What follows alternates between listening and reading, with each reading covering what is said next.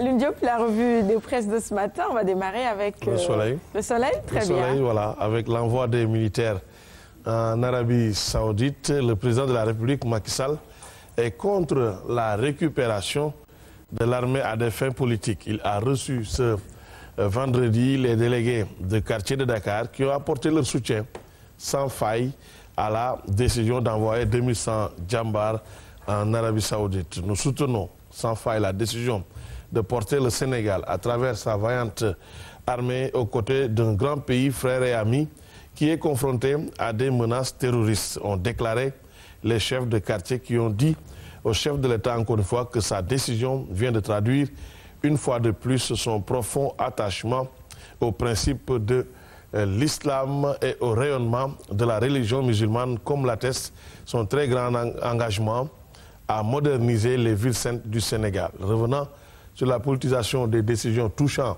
l'armée, Le Soleil nous signale que le président de la République a soutenu que l'armée ne doit pas être récupérée à des fins politiques, avant de rappeler que ce qui lie l'Arabie Saoudite au Sénégal, c'est bien sûr l'islam.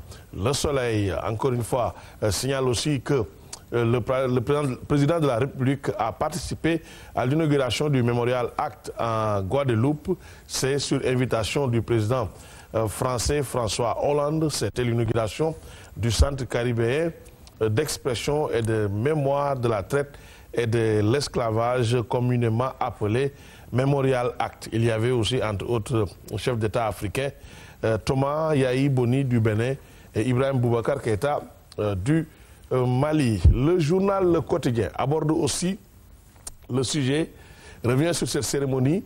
C'est pour nous dire que dans son discours, François Hollande s'en est pris au négrier moderne pour parler des passés de la Méditerranée.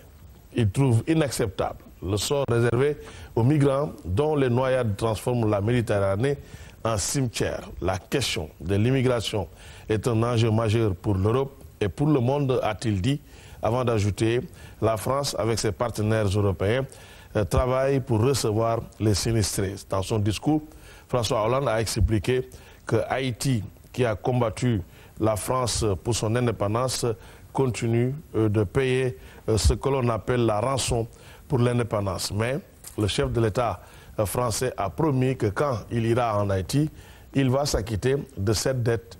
Et le quotidien nous dit que François Hollande veut ainsi solder la dette de l'esclavage. Après le quotidien, on va vers le journal Le Témoin avec un sujet politique pour parler de la majorité présidentielle.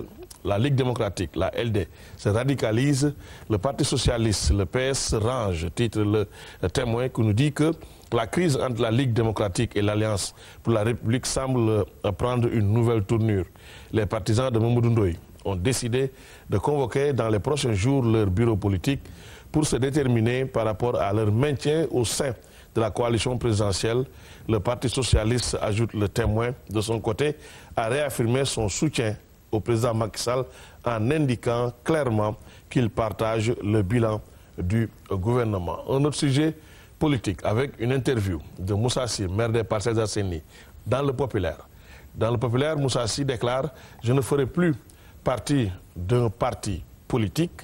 Moussa Sy est ainsi, nous dit Populaire, devenu un citoyen libre. Il ajoute « Je ne cherche plus à avoir un avenir politique ». D'autres déclarations de Moussa Sy. Il n'y a plus de parti politique démocratique dans ce pays. Selon lui, si les partis politiques ne changent pas, ils vont disparaître. Et pour conclure, il dit, quand on parle de valeurs, de vertu, on ne peut pas parler de transhumance. Merci beaucoup. C'était la revue de presse de ce lundi.